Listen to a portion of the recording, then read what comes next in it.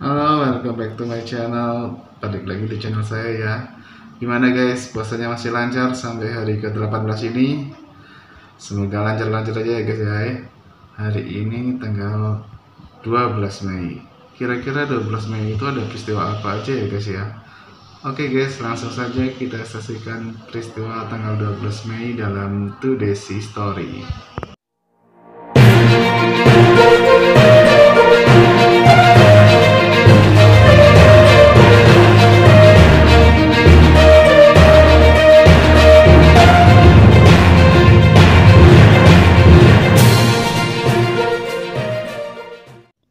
12 Mei 1820, Florence Nightingale lahir di Firenze, Italia.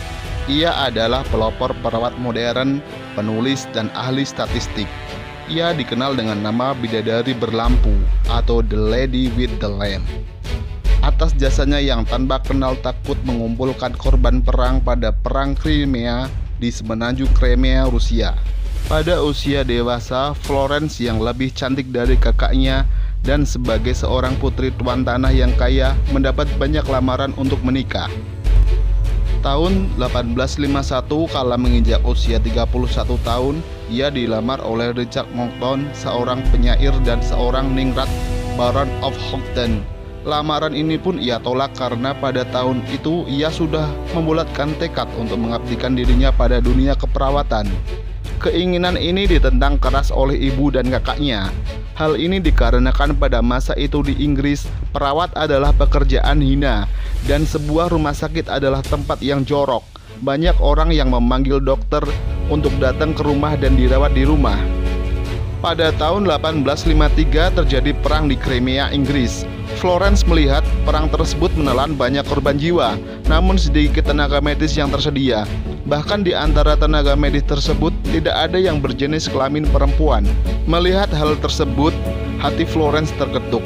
Ia akhirnya menulis surat kepada Menteri Penerangan Sydney untuk mengajukan diri sebagai relawan medis pada Perang Crimea.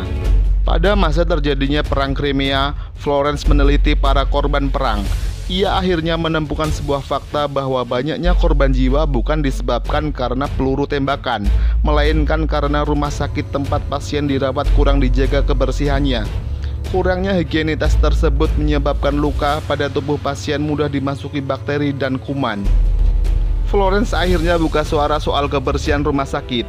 Ia menyuruh para pegawai untuk melakukan pembersihan rumah sakit, mulai dari mengganti spray kasur pasien, mencuci tangan sebelum menangani pasien, dan sirkulasi udara yang baik. Saat menjadi relawan Perang Crimea, ia dikenal sering mengecek keadaan pasiennya saat malam hari dengan membawa lampu minyak sebagai penerangan.